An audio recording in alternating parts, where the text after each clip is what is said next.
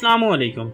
इस वीडियो में मैं आपको जिस मेडिसिन के बारे में रिव्यू देने जा रहा हूँ वो है सिरप नोविडेट। इस वीडियो में मैं आपको नोविडेट सिरप के बारे में डिटेल में बताऊंगा कि इसके यूजेस क्या हैं, इसकी डोज और साइड इफ़ेक्ट्स क्या क्या है, किन किन बीमारियों में आप ये सिरप इस्तेमाल कर सकते हैं। सबसे पहले मैं आपको इसके यूजेस बताता हूँ, इसकी डोज और साइड इफ़ेक्ट्स वीडियो के आखिर में बताऊँगा। वीडियो पूरी लाजमी देखें ताकि इसके बारे में आप डिटेल में जान सकें। नोविडेट सिरप, इसका जो जेनरिक नेम है सिप्रोफ्लॉक्सासिन है। ये 250 मिलीग्राम 5 ml में इसकी डोज जो है 250 मिलीग्राम इसकी स्ट्रेंथ है।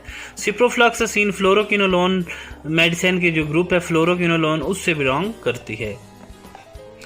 ये एंटीबैक्टीरियल सिरप है, ये बैक्टीरिया को किल करती है, एंटीबायोटिक सिरप है। मुख्तलिफ किस्म के बैक्टीरियल इन्फेक्शन में ये इस्तेमाल किया जाता है। बच्चों में अगर बैक्टीरियल इन्फेक्शन है, अगर उनकी रिस्पायरेटरी ट्रैक इन्फेक्शन में, सांस की नाली में अगर इन्फेक्शन है, चाहे वो गले में है, उनका गला ख़राब है, चेस्ट में इन्फेक्शन है, उन्हें खांसी है, चेस्ट में इन्फेक्शन है, बलगम है, उसमें इस्तेमाल कर सकते हैं। डॉक्टर इसे रिकमेंड करते हैं। इसके अलावा अगर उन्हें टॉन्सिलाइटिस है, टॉन्सिल्स हैं, उसमें भी इस्तेमाल की जाती है। अगर नाक में इन्फेक्शन है, साइनोसाइटिस है, उसमें भी ये सिरप डॉक्टर इसे रिकमेंड करते हैं। अगर कान के दरमियान वाले हिस्से में इन्फेक्शन है, उन्हें ओटाइटिस मीडिया है, उसमें भी ये सिरप इस्तेमाल किया जाता है। लो रिस्पायरेटरी ट्रैक इन्फेक्शन में अगर ब्रोंकाइटिस है या नमूनिया है तो नमूनिया में भी ये सिरप इस्तेमाल किया जाता है। इसके अलावा स्किन और सॉफ्ट टिश्यू इन्फेक्शन में, अगर जिल्द में किसी से पर इन्फेक्शन है, आपको दाने निकल गए हैं, उनमें बैक्टीरियल इन्फेक्शन है दानों में, या आपको कहीं ज़ख़म लग गया है, चोट है, उसमें बैक्टीरियल इन्फेक्शन है बच्चों में, तो आप ये सिरप उन्हें दे सकते हैं।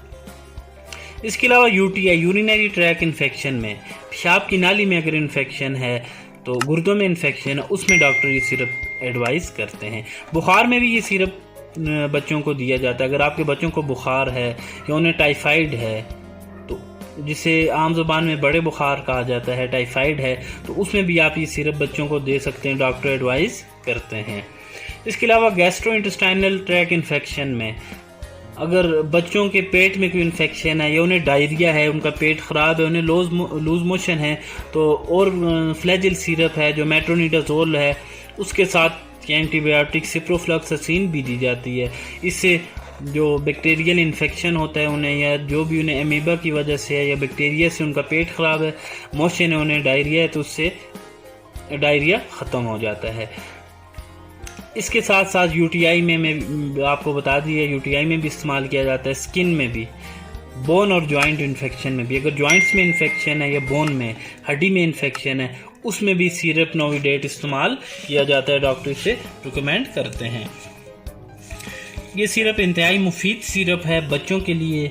मुख्तलिफ़ किस्म की डॉक्टर इसे मुख्तलिफ़ किस्म की बीमारियों में एडवाइस करते हैं, मुख्तलिफ़ किस्म की बीमारियों में रिकमेंड करते हैं। ये पाउडर फॉर्म में होता है, आपको ये सिरप बनाना पड़ता है। जैसा कि आपके सामने ये पाउडर है, तो सबसे पहले आपको पानी गर्म करना पड़ता है, सही उबाल कर।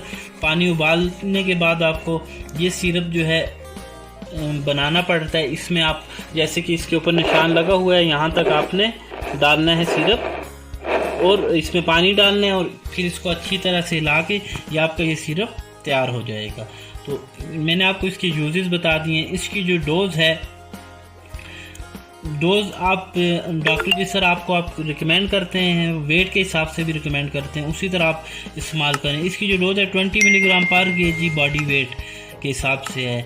तो जिस तरह आपको आपके डॉक्टर एडवाइस करेंगे उसी तरह आपने ये सिरप बच्चों को देना है। ये 2 साल से बहुत बच्चों को आप एक चम्मच सुबह शाम दे सकते हैं, या जिस तरह आपको आपके डॉक्टर एडवाइस करते हैं। इसके जो कॉमन साइड इफ़ेक्ट्स हैं, जो इसके नुकसान, इस सिरप की वजह से जो नुकसानात हो सकते हैं, इससे नाज़िया वॉमिटिंग हो सकती है, मतली हो सकती है, बच्चों को उल्टी हो सकती है, इससे जीआईटी डिस्टर्बेंस, मैदे के मसाइल इस सिरप की वजह से बच्चों को हो सकते हैं।